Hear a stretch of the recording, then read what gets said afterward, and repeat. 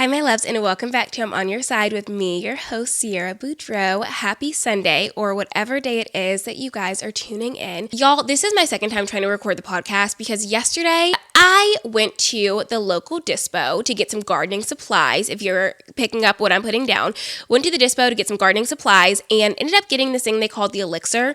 And the Elixir is this nano emulsified liquid that you can put in anything because it's flavorless. And it's kind of like nowadays, but not at all, because nowadays is a specific drink. Like you drink the drink and get the feelings, but this is something you just squirt in juices and sodas and water. You can put it on food if you want to, whatever. So I got it because previously I went and got a slushy from them and it was like a garden slushy. And I was like, what did you put in this? It was so good. And they were like, oh, it's the Elixir. So I got the Elixir, and mind you, I'm an experienced gardener. I've gardened a lot. Like I can handle my own. And mind you, I did put 2 drops, and each little squirt is 5 milligrams. So I did a little much for me because I'm more of a 5 milligram kind of girl, but I did 2 drops in my Cranberry Fizz Poppy. And when I tell you, there was no way I was recording a podcast episode yesterday. It wasn't happening. I tried. Like I sat down, tried, had the whole setup. I tried, and nothing coherent was coming out. And I was like, oh, the girls can't see me like this. They can't see me experiencing this in 4K. Like this is personal business. I need to go handle this privately. And that's exactly what I did. So now here I am recording the podcast again, and this time clear heart, clear mind, 0 elixir in my blood. I'm feeling ready to go. Which leads me to the next thing that I wanted to talk about, how you see this beautiful background behind me. I have loved filming here so much in front of the Christmas tree on the couch. It's so cozy. And I realized, well, Christmas is coming up. Therefore, actually, by the time you guys hear this, Christmas will have passed. And I know that I can keep up my Christmas stuff through the end of the month, probably through like mid-January. But after that, where am I supposed to film? Obviously in the sunroom, in which I got a couch and things to film in there to make it a podcast studio. But I started filming in here, and now I love filming the podcast in here. It's just like the coziest vibe in the world. On top of the fact that it's just naturally cozy in here, it's thunderstorming today. And something about that, sitting on the couch, having the Christmas tree behind me. You can't see her, but Lily is over here taking herself a sweet little nap. Fitz is back there in the basket snoozing away. Like we're having a really, really good time here today. And so I'm just thinking, okay, well, once January passes, I'm going to go back in the sunroom. So now I have to make the sunroom extremely cozy, or I was thinking about like making some changes in here and making this extremely cozy for the podcast. Updates to come on that. Ooh, Evie's coming in town tomorrow because I'm recording this before Christmas, and Evie's coming in town for Christmas. If you guys aren't familiar, Evie is one of my very best friends. We went to high school together, remained super close through high school. We have just built this incredible friendship over the past 10 plus years, and now I truly cannot imagine what my life would be without her. It's like as soon as I started understanding really who I was as a person, who I wanted to be as a person, she has been right there alongside me, like seeing me grow, seeing me evolve, and also doing her own growing and evolving. And so she's going to be here celebrating Christmas, and I'm so excited. So with that said, I have been racing around like a mad woman trying to get the guest room together. I'm going to do a little before and after on Reels and on TikTok so that you guys can see what I'm talking about. But previously, the guest room was such a mess. It was a catch-all for just like everything that I hadn't unpacked yet, PR that I had gotten in, just random Amazon purchases that needed to be returned. Like it was a mess in there. And I was like, okay, Evie's coming. This is the perfect excuse to get it together, because I had a makeshift guest room on the other side of the house, but it was just like my day bed. If y'all were here for season 1, you know, the day bed that I used to record on in the office that I had in the apartment, that was in the guest room. And then there was a dresser in there, but it was like blank. It was cold. It was just like not somewhere that was super cozy that I would want like long-term guests to stay, or just like close friends of mine to stay, or anyone really, like anyone coming to my house, I wouldn't want them to stay in that. But I said close friends because I realistically would only have people that I'm very close with staying in my house, other than the pet sitter. Anyway, that is not the point. The point is that I finally got the guest room together, and it looks so stunning in there and so cozy and so warm. So I can't wait to show you guys that. And after I record this episode, I actually have to build some nightstands, and we're fingers crossed that's going to go well. I truly don't know. The Amazon review said they weren't that hard to build, but I'm like, okay, not that hard for someone who has like a degree in putting shit together, or not that hard for me, someone who will hire TaskRabbit for any inconvenience possible. Like, and the only reason I'm not hiring a TaskRabbit today is because it's so close to the holidays, and like I don't need to do that. There's so much stuff. Like I don't want a man in my house first and foremost, and most TaskRabbits are men. A random man coming and assembling things in my house, I'm just not interested in that energy in my space today. So I'm gonna be in there hands and knees building this together. If I show you guys the guest room and you notice that there aren't nightstands in there, just know that I truly did try my best, but it was not in the cards for me to put those together. So those are the updates I have for you. Nothing super crazy is going on. Just Evie's in town. No more traveling for the rest of the year, thank God. I love going somewhere. I love experiencing a different place. I love being on vacation, but truly nothing tops being home. Something about just being home, being in my space, and that is magnified so much more since I bought the house. Now that I live in the house and it's really become my home, my safe space, my comfort, like leaving is truly such a hard thing for me to do. And like being gone for anything more than 3 days, 4 days just feels like a lot. Like I really love it here. I feel at peace here. I feel really great here. So even when I'm gone and I'm like, oh, I love this, but also I love being home. And that's really symbolic of the life that I wanted to build for myself. Like I love being on vacation, but I also love being at home. Being at home is equally as exciting, equally as comforting, equally as fun as me being on vacation. And I know that for some times in my life, like I wasn't able to say that. There were definitely times where I was using vacations or trips or being at a friend's place as an escape because I didn't like my own space and I didn't like the energy that I had in my space. And now I'm so particular about who comes into my home, as you guys saw with like me having a TaskRabbit here. Like I am so particular about who's here, who stays here for an extended period of time, who is just like welcome here. And I would like to say that I'm the kind of person that's like, all are welcome in my home, but all are not welcome in my home. My home is a sacred space for me and the people that I love. You can't come in here with your random energy. I don't know what you've got going on. I don't know what you're carrying with you. This home is too sacred for that. And so I'm very particular about that kind of thing, but that's all I have. And we are winding down on 2024. As you guys know, New Year stuff is everywhere. It feels like the holidays just go by so fast and everyone's already ready for the next thing. And I think that's symbolic of where we are as a people and as a culture, but that's not the conversation we're having today. The conversation we're having today is that I've been doing a lot of reflecting on this year while also being eager for the next year, but thinking a lot about how when I think about my 20s, I'm 26 now, when I think about my 20s, I hold 22 to such an esteem because I feel like I really changed my life a lot at 22. It's where I first came into myself. It's where I really realized that like my life is malleable and formative and I can shape it the way that I want to. Before that, I didn't realize that I had such power and capability. So I've been living a lot of my life as if I can just create the life that I want to, and I'm so thankful for that. But when I reflect on 22, it's almost as if I look at that year as if that's the only year that I've changed my life, and that's simply not true. When I look at things year over year, I realize that since 22, I have built and created so much. This year, 2024, I've changed so much about my life and about my relationships and about myself. I have really done a complete 180 on things that I thought were just going to be part of my identity forever, things that I just never thought about changing. I want to share that with you guys because I think that sometimes we are so on the go and always looking forward to the next thing that we don't actually reflect. And that's probably why I feel like 23 wasn't that pivotal, 24 wasn't that pivotal, because I didn't actually take any time to reflect for those years or reflect deeply. And I've been thinking a lot about how, like, I talk about all the time how small changes can just completely revolutionize your life. And that is not an original thought. That is something that we have all heard from anyone who works in the self-help, the personal development space. I've realized over time how true that is, and thinking about how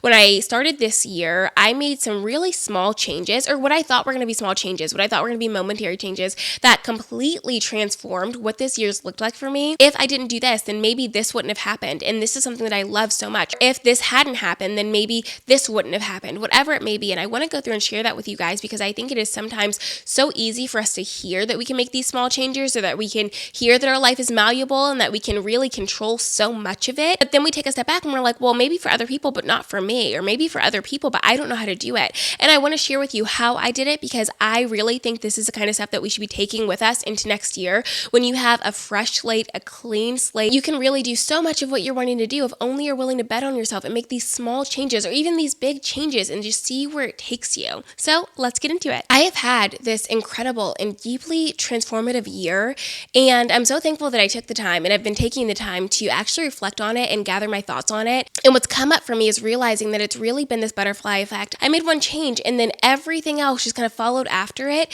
And this year, I would say it's much more transformative than 22 was. But I also believe that I have a lot of different resources. I have more access to things. I have a deeper understanding of myself. I am more in touch with my intuition, which is, I think, the most sacred thing that I can be in touch with.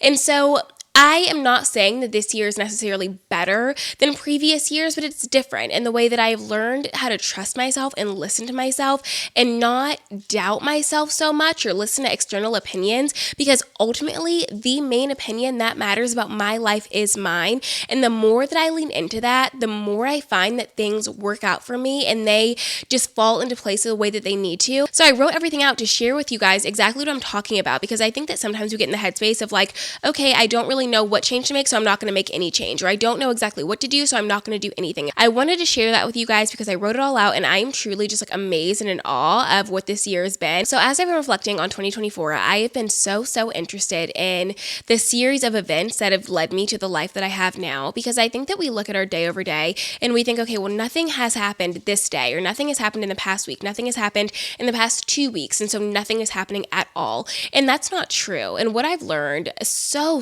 much, especially towards the tail end of this year, that you can just decide that you want to be. You can literally just decide. And I don't mean to sound like I'm oversimplifying it or that I'm minimizing how much work it takes to become the person that you want to be, but you literally can just decide. The thing is, once you decide, you have to follow through with action. If you decide that you are someone who wakes up at 6 a.m. every day, then you have to actually wake up at 6 a.m. every day. You can't just say things and then expect them to be true. You have to do something to make that fall into place. You have to do something to make that be true. Because think about how, like, when you love someone and you want to keep your word to them, so you say things, then you actually do the things that you say because you love them and you care for them and you want them to be able to trust you.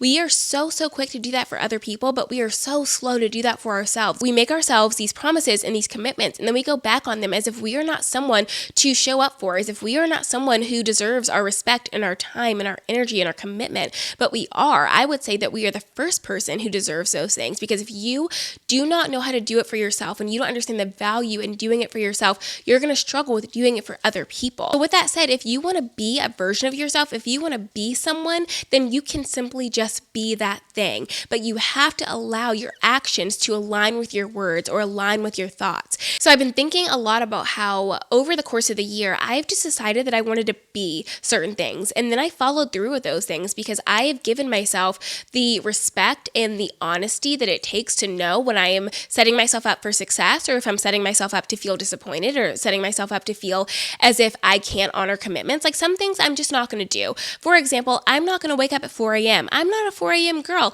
A 5:30, 6 a.m., yeah, love that to death. A 4 a.m. is not happening. If I just say I'm someone who wakes up at 4 a.m., no matter how much I say that to myself, no matter how much I say that to other people, it is likely not going to happen and not going to be true, because that is not something that I believe, one, gets me the result that I'm looking for, and two, is something that I would enjoy or take pride in doing. I don't think that waking up at 4 a.m. is this particularly notable thing. God bless those who do it, but it's just not for me. What I mean by I don't think it's something that gives me the result that I'm looking for, waking up at 5:30 or 6 a.m. gives me exactly what I'm looking for. I love to be up before the sun is up. I love to start my day before other people are awake. I love to feel like I have time to focus on myself and do the things that I want before my day actually starts. And for me, it feels like the day starts when the sun starts rising. So if I wake up before the sun starts rising, then I feel like I have a little bit of time before the day starts. It's just what works for me. Waking up at 4 a.m. sure gives me more time before my quote day starts, but waking up at 4 a.m. isn't really necessary, because everything that I want to do before my quote day starts can happen between the hours of 5:30 a.m. and whenever the sun rises, whether it's summer, winter, whatever. You know how the sun does whatever the sun's going to do. But when you decide you're going to be someone or do something, or something's going to be a part of who you are, ask yourself if that's actually giving you what you're looking for, the result that you're looking for. there's no need to wake up at 4 a.m. if everything that you want to do can happen between 5:30 and 6 a.m. So maybe wake up at 5:30 a.m. or 6 a.m., whatever it may be. That's just using myself as an example. Because if you don't do that, you're going to be putting so much pressure on yourself to do something that actually doesn't even align with your goals, align with what you're wanting. You're doing it because you probably saw somebody else online say that they do it. And realistically, y'all, a lot of people will make content around morning routines, around life routines, whatever, that they've been doing for a week, a couple of days. Maybe they're just starting, but they talk about it as if they've been doing it forever. And then you feel disappointed in yourself when you can't keep up with it. One,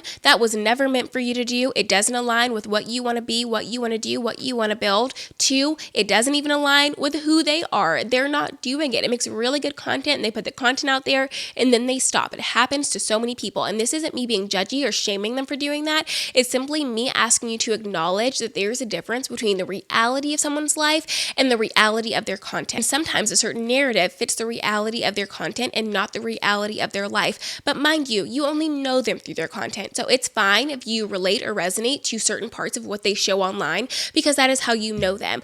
But don't feel pressured to see other people's reality of content and feel shamed because it doesn't fit in the reality of your actual full 3D life. And it has been so beautiful to realize that I am the best guide for my own life. I truly, genuinely do believe that I am the best guide for my own life. I don't think that anyone outside of myself knows exactly what is best for me like I know what is best for me. Other people can give suggestions. Other people who love me very deeply and very well might offer some insights, but me, myself, like my intuition, I'm locked in with that girl. I've spent so much time shaping that and listening to that and trusting that, letting it lead me. And even if my intuition led me somewhere and it didn't feel like what I wanted to happen or it didn't work out the way that I thought that I wanted it to work out, that doesn't mean I stopped trusting my intuition. It simply means that everything is alignment. If it works out perfectly, alignment. If it works out differently than I thought it was going to, alignment. If I didn't get the thing that I thought I was going to get, if I didn't do the thing that I thought I was supposed to do, alignment. Everything is alignment. And we have to get out of the mindset that the only thing that's alignment is when things work out according to our exact plan, because our exact plan can be so flawed. We do the best we can with our own intuition and with our desires. That said, things are going to work out the way that they are meant to work out. And I don't mean to be all everything happens for a reason. I don't even know if I believe that everything happens for this particular ordained reason. I just know that things happen and whatever happens is what was meant to happen because that is the reality that we live in. We take it and we go to the next step with it. That is just the order of things. And it has become so apparent to me, more apparent this year than any other year, that everything that I need truly is within me. It doesn't mean that I am the only person I need. It doesn't mean that I don't want other people, that I don't benefit from external things. That's not that at all. It just is that everything that I need is within me. The questions that I need to ask to get the answers that I want is within me. The energy that I need is within me. The effort to show up and build what I want to build is within me. Everything that I truly do need is within me. And sometimes what is within me is just the courage to put myself out there, the courage to try, the courage to be seen trying. Being seen trying can feel so embarrassing, but it is not embarrassing. We are only embarrassed because of what we perceive other people are saying about us. And like I've said in previous episodes, you cannot take what other people may or may not be saying about you and let it control your actual reality. What other people maybe didn't even say, but you're projecting onto them is really what's getting in the way of so many people actually going out and doing what they are supposed to be doing and want to be doing and would benefit from doing. It's like, I don't want to post online because I don't want people that I went to high school with to see it.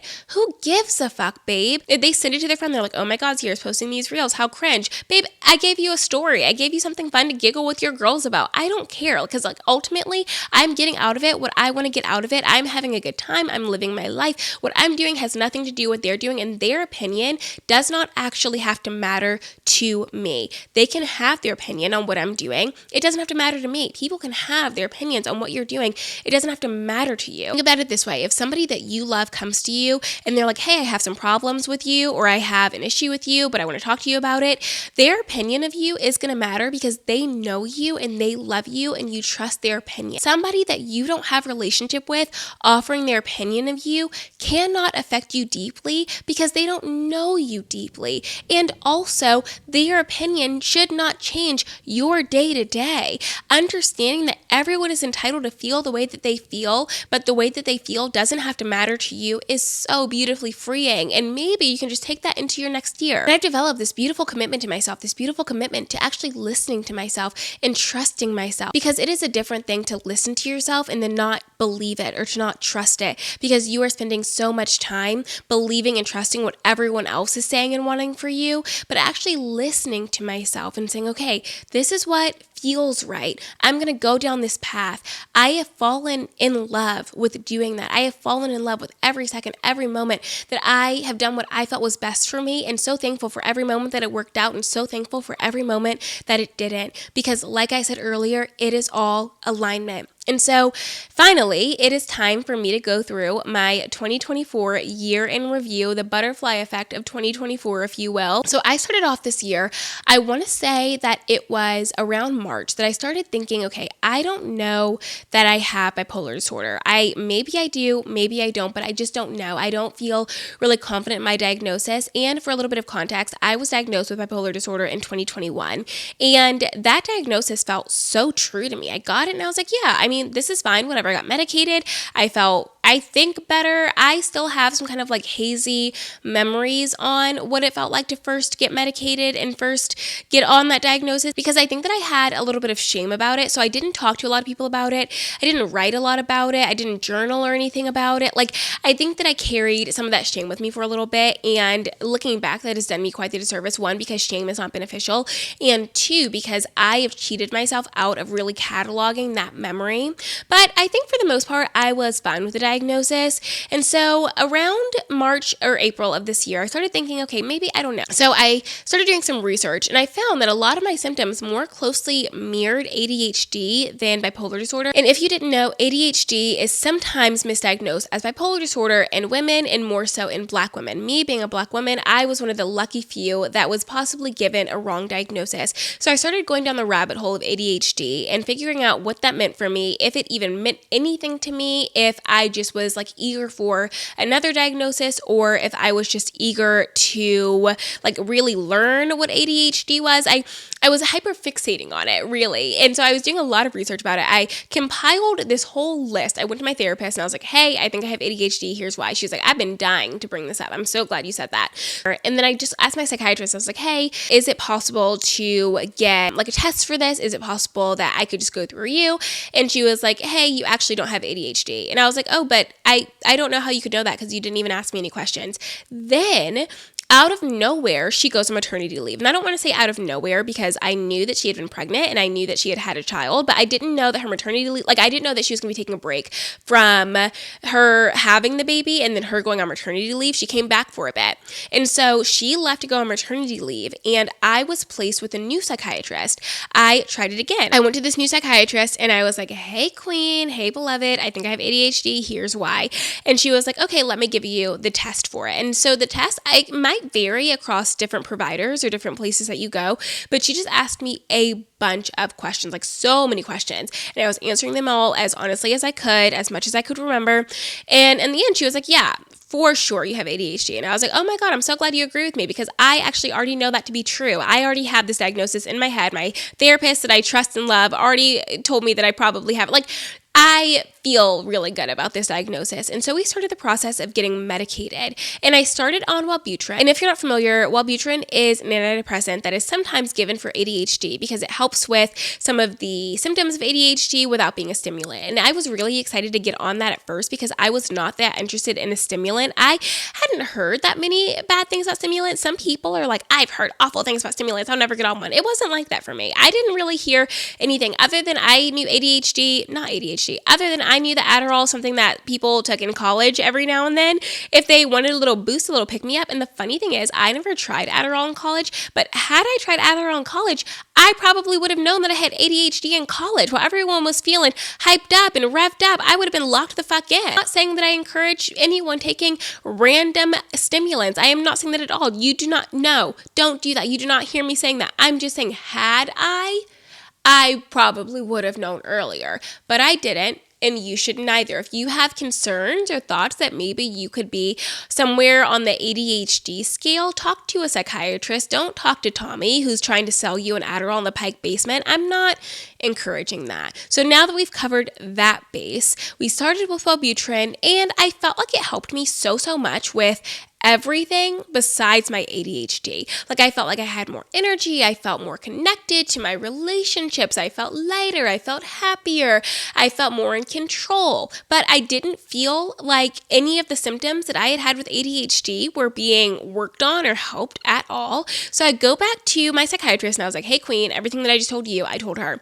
And she was like, okay, so what we're going to do is just up your Wellbutrin. And I was like, okay, yeah, sounds great. We upped it, same thing. And then over time, we added in Adderall, a very, very low dose. We started with 5 milligrams. And I was like, I don't know what this is supposed to do, but it's not doing what it's supposed to do. And she was like, right. So then we kept the Wellbutrin because I loved what the Wellbutrin was doing.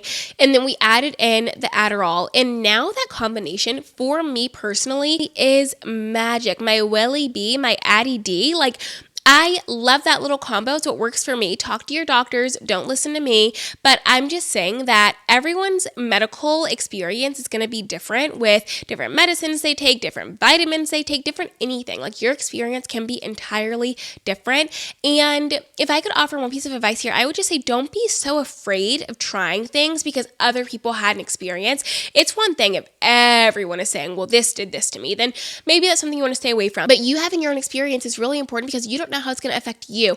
That said, it's really important to have a care team that you truly do believe wants the best for you and has your best interest at heart. Because if you're working with these doctors, these therapists, these psychiatrists that don't actually care for you at all, they might push something on you that doesn't even work. And then when you say you don't want it anymore, they might be hesitant to take you off. I mean, so many things could go with that. So first and foremost, work with people that you trust that actually want the best for you, which I know can be time consuming. I know it can be expensive, but it is so worth it. And so I just think if my first psychiatrist who told me that I didn't have ADHD hadn't gone on maternity leave and I hadn't been partnered with this new psychiatrist, maybe I would have never actually taken another step to get properly diagnosed. Like, maybe I would have just listened to her again and been like, okay, well, no, I don't have ADHD. And then I probably still would have been struggling with the same things that I was struggling with. And so that was like one little piece of butterfly effect right there that led me into just being more mindful and more connected to myself and trusting my intuition, because my intuition told me like something else is in the mix here. Whether or not I still have bipolar disorder, I don't know. That's something that to this day, I'm still working on figuring out. It's just working through medical stuff, working through mental health stuff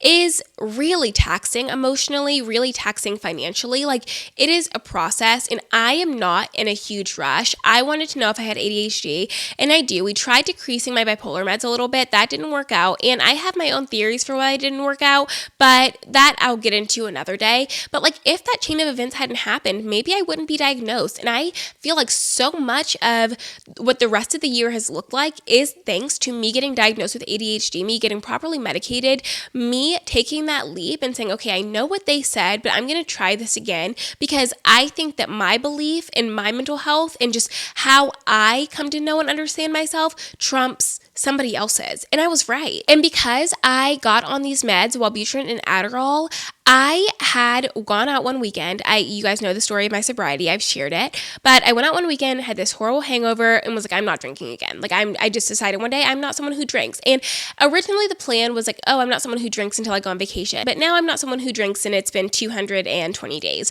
So I think it's just kind of like sticking around for the long haul. But had I not gotten medicated for my ADHD, yeah, I probably would have experienced hangovers, but nothing to the caliber that I experienced of a hangover on Wellbutrin. You're not supposed to drink on Wellbutrin. You're not supposed to drink on Adderall. We're not supposed to drink on most medications we take, but we drink on medications anyway because we think that we are the exception, not the rule. I was drinking my ADHD meds and I dealt with the consequences. I had a horrible hangover, but had I not had that horrible hangover, I probably wouldn't have gotten sober. And me being sober has been one of the most beautiful experiences of my life. My relationship with myself is so much more fulfilling. My relationships with my friends are so much deeper. My connection with my desires is so much stronger because I can see them clearly without the haze of alcohol over them. I am never thinking about my next drink. I am never canceling workout classes because I'm going to be too hungover to go the next morning, or I'm going to be too tired and I'm going to want to sleep in and want to cancel. I'm saving so much money in late cancel fees. I don't even want to get into that. But like, me being sober has been so beautiful, mostly because it is one of the first things in my life that I have done that is genuinely just for me. My sobriety doesn't affect other people at the depth that it affects me. Me drinking was fine. I wasn't really starting arguments with people. I wasn't acting out of character. I wasn't hitting this rock bottom that you would perceive a drunken rock bottom to be. It's just that I didn't like the way that it made me feel. I didn't like what it did to my body. And so I stopped. And because I was willing to give up alcohol, I have gained so much more. I've gained so many of the things I thought alcohol was going to give me. Like I said, my friendships are so much deeper. My relationships are so much deeper because now it's not how close are we when we're drunk and we're sharing secrets in the bar bathroom. It's how close are we when we're sitting there completely sober, just being vulnerable with each other, just being open with each other, just being vulnerable with each other, just being open with each other without the haze and the guide of alcohol. Like, what does my relationships look like if I remove alcohol from the equation? And to my surprise, they've gotten so much deeper than they ever were through drunkenness. And I have a whole episode on my sobriety. I have a whole episode about me deciding to get sober. I have multiple episodes where I talk about sobriety. So if you're interested, there's tons of them there for you. But I just want to say that like me getting sober has been one of the most formative experiences because me getting sober has allowed me to see things through an entirely new lens I didn't even know I wanted to be looking through. So when I decided to get sober, Alex also got sober. And so we both haven't drank in the same amount of time. And it has been so fun for our relationship because now it's like, okay, when we go on vacation and we're not drinking, how else are we filling our time? What else are we doing? What conversations are we having? And even at home, it's not, okay, let's sit in the backyard and have a glass of wine. It's let's sit in the backyard and sit around the fire. Let's sit in the backyard and just like drink one of these fun new drinks that I got in. And being sober together has been so fun because I've gotten to watch him show up for me, that him being sober wasn't necessarily like, oh, he had this realization, okay, I don't want to drink anymore. Alex and I were never really huge drinkers to begin with. Alex even less so than me. Alex did not drink very often. But the minute that I said I was getting sober, he was like, okay, me too. We're doing this together. Like, I want to support you in this. I want to do this with you. If you're doing it, if it's important to you, it's important to me. And getting to watch him do that, getting to see him do that for me has been so incredible just to know, my man is with me 1,000%. If I say something is important to me, it's important to him. And I think that was one of the major catalysts that made me realize I had known I wanted to marry Alex. I've known I wanted to marry Alex for a long time, but that was something that symbolized to me, like, this man loves me and loves me deeply, loves me even though I'm evolving, loves me even though I'm changing, loves me in spite of me not being the version of myself that I once was. I have changed so much in the years since Alex and I have started dating, and every step of the way, he has been so supportive and so with me. And just even in some ways a step ahead of me, like always prepared to pull me up if I need to be pulled up. And so getting sober has just made me realize that more and more. And I'm so thankful for that because I am obviously so thankful for him. And so when I got sober, I was really falling in love with the feeling of just like changing my own life whenever I wanted to. Like, I literally one day woke up and was like, I'm sober now.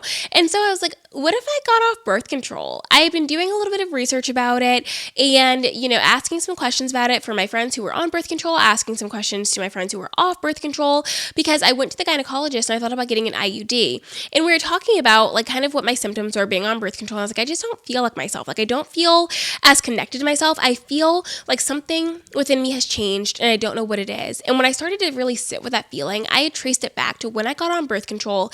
It had been this very slow but very steady decline down. And I felt less and less connected to myself, less and less connected to everything around me the longer I had been on birth control. And I was starting to feel really uncomfortable. Like, I felt really constricted within my life. And so I started doing more research on this, and I found out that like a lot of women had been experiencing the same thing. So when I talked to the gynecologist about this, she was kind of like indifferent about my birth control choices. She was like, yeah, well, you could stay on your pill or you could go over to an IUD. Just like, let me know what you want to do. Which she left the floor open for me to kind of tell her what I wanted to do. But realistically, I didn't know what I wanted to do. So I was like, I'm not going to get an IUD yet. I'm going to kind of figure this out with myself. And she gave me these like pills that were supposed to help with the symptoms of birth control, but I didn't take them because I was like, Diva, I don't think what I'm needing is like another medication. I think what I'm needing is just to not be on this medication at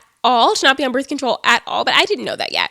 So I go home and I'm doing my research. And then one day I was quite literally like, I'm done. I'm not taking birth control again. I am not taking a pill. I am going to download Natural Cycles because I've already had the Oura Ring, and the Oura Ring takes your basal body temp, and your basal body temp is what you need for Natural Cycles. It's different than a regular thermometer.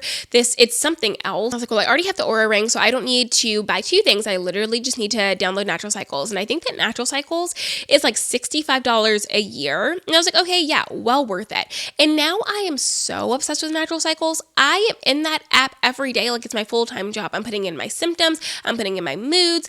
The other day was like sitting on the couch and I was like, ooh, my breasts feel like kind of tender, like kind of sore. I open up the Natural Cycles app. I see that I had just entered my luteal phase. And so I'm reading on the luteal phase, which I already knew quite a bit about, but I was like, are sore breasts a symptom of that?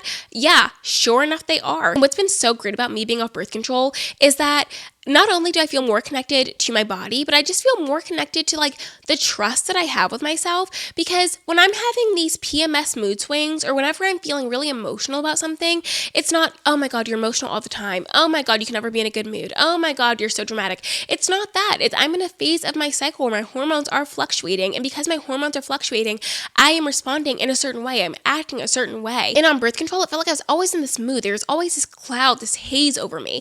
But off birth control, my moods kind of fluctuate with my cycle, and I can just be more aware of that. And it's so great to be like, oh, I'm really emotional because I'm in this phase of my cycle. However, I know that I'm feeling that way because of that. Therefore, I can reinstill some calm, some peace, because I know it is not just me being over the top dramatic. It is just me and my body reacting the way that my body is meant to during this time. And that helps me calm down a lot. That helps me feel a lot more comfortable with my moods. It helps me feel a lot less shameful about my moods, because I just understand this is something that happens and it doesn't say anything negative about me. And I'm not saying that like when you're in the midst of your cycle, you should just start like going off on everyone and be off with everyone. I'm not saying that. I'm just saying that if you do have a day where you're quick to snap, maybe consider where you are in your cycle. And getting off birth control allowed me to actually see my cycle and my hormones fluctuate, because birth control makes it so that your hormones don't fluctuate. Like everything is just this even flat line. But now being off birth control, everything is shifting and moving around as the order of my body is meant to make it happen. And I have been loving that experience so much. I feel like myself again. I genuinely feel like myself again. Like that feeling that I had, it's like I used to be different. And I can't put my finger on it, but I used to be different. I am that again. And yes, some things have changed. I am more mature. I got on birth control at 19 or 20 and I got off of it at 25. So those 5 years on birth control, like a lot of life happens in those years. So I am obviously more mature than I was at 19 or 20 years old, but also like I feel lighter. I feel sillier. The other day I was at dinner with, it was me, Alex, my fiance, and then my best friend Riley and her husband. And I just was like so giggly and so laughy and so light. And I just feel like when I was on birth control, I was so aware of myself and just so like, well, I shouldn't say that, or I shouldn't laugh too hard at that, or I shouldn't be too expressive. But being off birth control, I reminded myself that, oh, it is actually fun to be excitable. It is fun to be easily humored. It is fun to just be myself. It is fun to just react the way that I want to react. And like, maybe that is not a birth control thing for other people, but that was definitely a birth control thing for me. And getting off has just let me come back to myself in a way that I didn't know was entirely possible, but am so thankful that it is. And being off birth control, I feel sexier. When I'm ovulating, you can't tell me that I am not the sexiest woman in the world. Really, when I'm ovulating, my brain and my body is like, you are the hottest woman that has ever walked the earth. I cannot believe you are not being stopped every other second with people falling to their knees, telling you how beautiful, how captivating you are, how incredible your energy is. And if other people aren't doing that for me, I'm doing it for myself, because my God, I wake up in the morning that I ovulated and I look myself in the mirror and I was like, there's no one like you. There's no one in the world like you, and I would do anything for you. That's how I feel when I'm ovulating. And it's so fun to tap into that feeling. And it just, my sex drive is up exponentially. If you're on birth control and you struggle with your sex drive, girl, it is not just you. I know that in your head you may be thinking, oh, it's just me. It is not just you. No matter how many things you read online of other women saying, I struggle with my sex drive when I'm on birth control, you're going to convince yourself, well, it's just me. They don't struggle like I struggle. It is not just you. It happened to me. It happens to so many women. I got off birth control. I just feel ready to go. I only started having sex when I got on birth control, so I never knew what sex was like off of birth control. And I was like, this can't be what everybody's talking about. Like, what's going on can't be what everyone's talking about. And it's not that I wasn't having enjoyable sex. It wasn't that I didn't feel connected during sex. It wasn't that I didn't want to be having sex ever. It was just that the way other people were describing sex didn't really feel like the way that I would describe sex. I got off birth control and now I'm like, this is what the girls meant. And I feel so good about my sex life. Last week's episode, I said, it does not matter how much sex you're having if it is not the kind of sex you want to be having. And that was 1,000% from personal experience. It didn't matter if I was having sex multiple times a week, if I was having sex once a month. It didn't matter if it wasn't the kind of like fulfilling, enjoyable, sexy energy that I wanted to be bringing to the table. And I got off birth control and now I feel like it is just so much more fun. And if I hadn't made those big changes, if I hadn't gotten diagnosed with ADHD and then I hadn't gotten sober and then I hadn't gotten off birth control, I don't think I would have been able to look at my life and say, okay, what's next? And what was next was me realizing I am ready for the next stage of my life. I'm ready to settle down. I'm ready to buy a house. Like I'm not feeling so connected to the person that I was when I first moved to Denver, or even the person that I was who like really enjoyed Denver. I think a lot of Denver is centered around like meeting new friends and going out. You're drinking a lot, you're eating a lot, even though the food in Denver is not that great. I'm going to say that. I'm sorry if you're a Denver foodie, but girls, it wasn't happening for me. The food in Denver was very expensive and oftentimes mid. That said, I had taken inventory of my life and I had taken inventory of my friendships. And I was like, while these friendships have served me in various ways, who I am right now doesn't want to go to Dawn's and take warm shots and drink vodka sodas. Like who I am right now just wants a different pace of life, a different style of living.